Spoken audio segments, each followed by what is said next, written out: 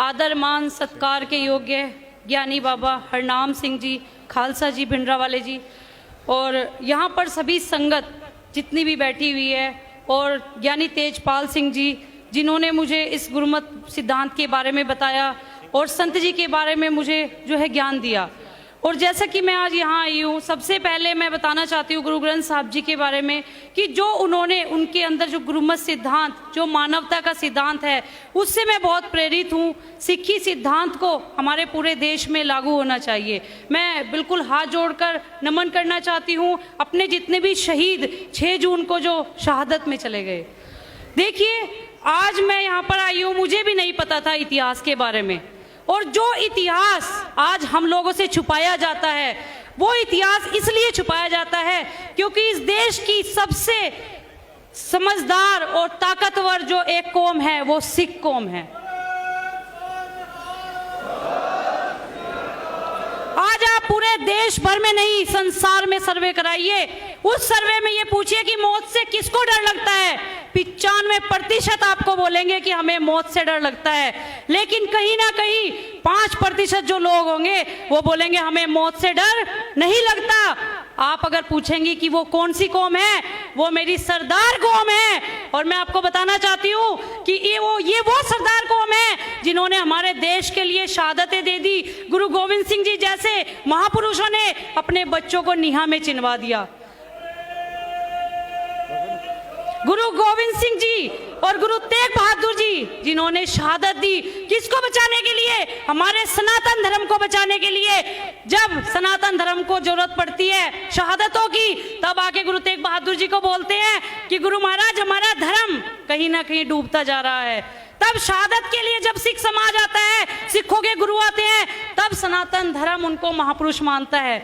लेकिन जहां उनका अपना स्वार्थ निकल जाता है, तो उसके बाद क्या होता है, वो लोग अपने अपने धर्मों में समावेश हो जाते हैं।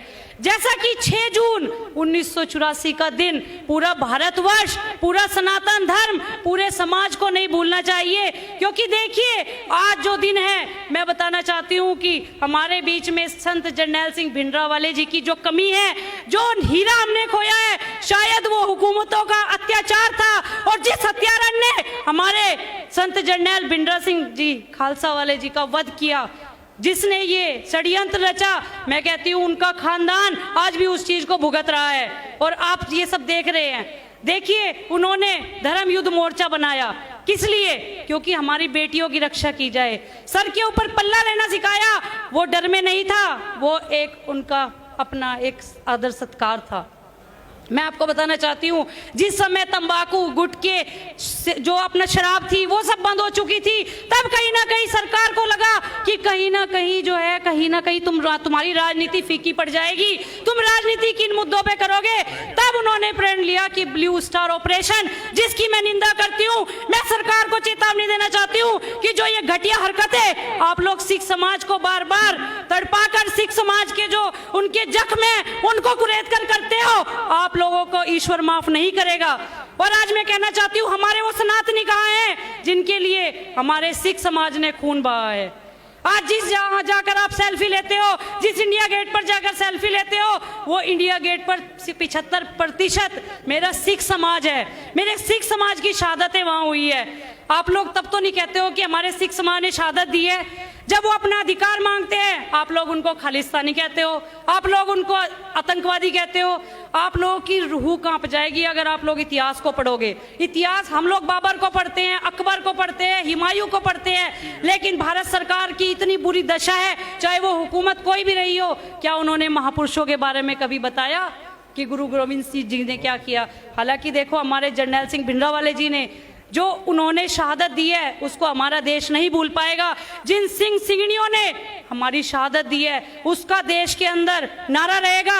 अरे इंदिरा गांधी ने तो सोचा था पंजाब हरियाणा तक सीमित हो गए, आज संत जरनैल सिंह भिंडरावाले का नाम इंटरनेशनल लेवल पर है। लोग उनको अपना आइडल मानते हैं क्योंकि वो सिख समाज के, इस कौम के वो सूरमा हैं। और मैं तो उनको नमन करना चाहती हूँ और उनकी माता जी को प्रणाम करना चाहती हूँ कि ऐसे ऐसे सूरमा जिनको उन्होंने जन्म दिया।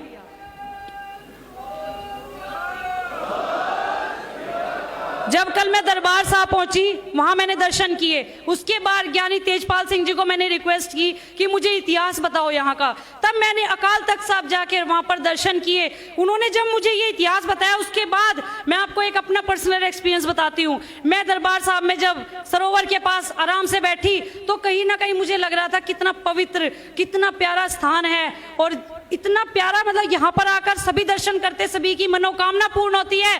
लेकिन अचानक से मेरा ध्यान जब 1984 में गया, मेरा जो एक शरीर था और मेरी जो रूह थी वो कांप उठी। मुझे वहां लग रहा था जैसे जोर जोर से चिल्लाने की आवाज आ रही थी। वो पुराना दौर मेरे सामने था, जब दरबार साहब के दरवाजे जलते हुए दिखाई दे रहे थे। इधर छोटे छोटे बच्चे अपनी माओ की लाशों पर पड़े हुए थे और उनको ये भी नहीं पता था कि ये हो क्या रहा है। जब लोग वहां पर चिल्ला रहे थे, कहीं से वाहेगुरु वाहेगुरु की आवाज आ रही थी। जब हमारे लोग, हमारे शहीद, हमारी जो संगत आई हुई थी, उनकी लाशें बिखरी हुई थी। जब खून से पूरा का पूरा जो दरबार साहब का कॉम्प्लेक्स था, जब खून से सना हुआ था, दीवारें सनी हुई थी, वो दृश्य अगर हर कोई फील करेगा तो कांप उठेगी ये रूह। तब आपको पता चलेगा कि हम इस समाज में अगर आए हैं तो पढ़ाई लिखाई करने के लिए नहीं आए, पैसा कमाने के लिए नहीं आए। हम इस समाज में अगर आए हैं तो मानवता के लिए आए हैं।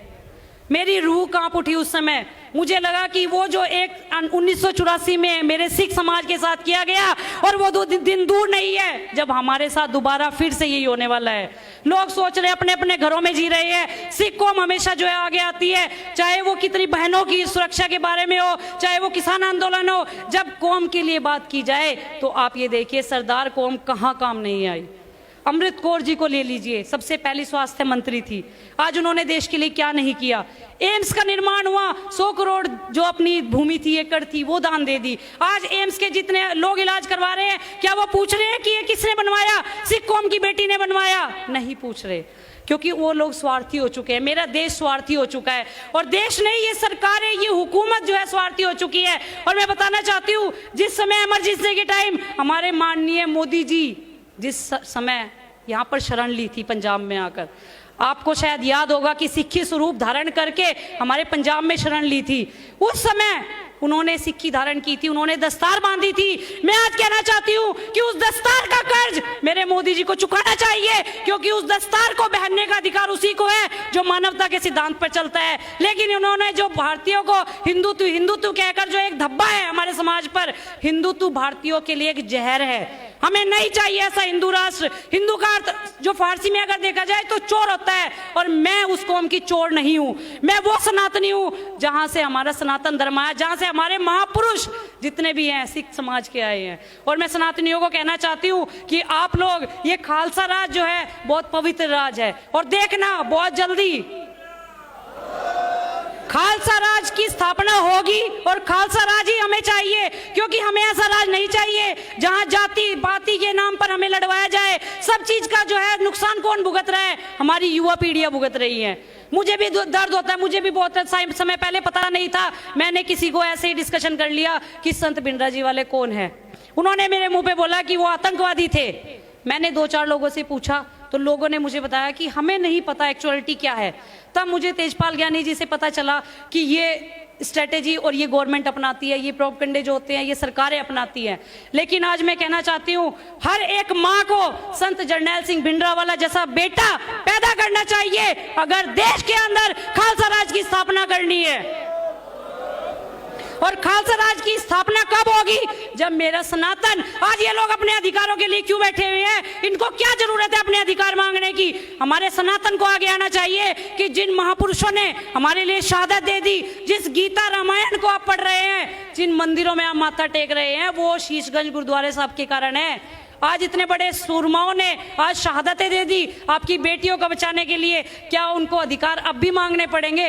और मैं कहना चाहती हूँ, अगर ये खालिस्तान की डिमांड करते हैं, अगर खालिस्तान इनको चाहिए तो बिल्कुल सही डिमांड करते हैं, क्योंकि इन लोगों ने अपने इतने खून बहा दिए, तब भी इन लोगों को सरकारों ने कुछ नहीं दिया।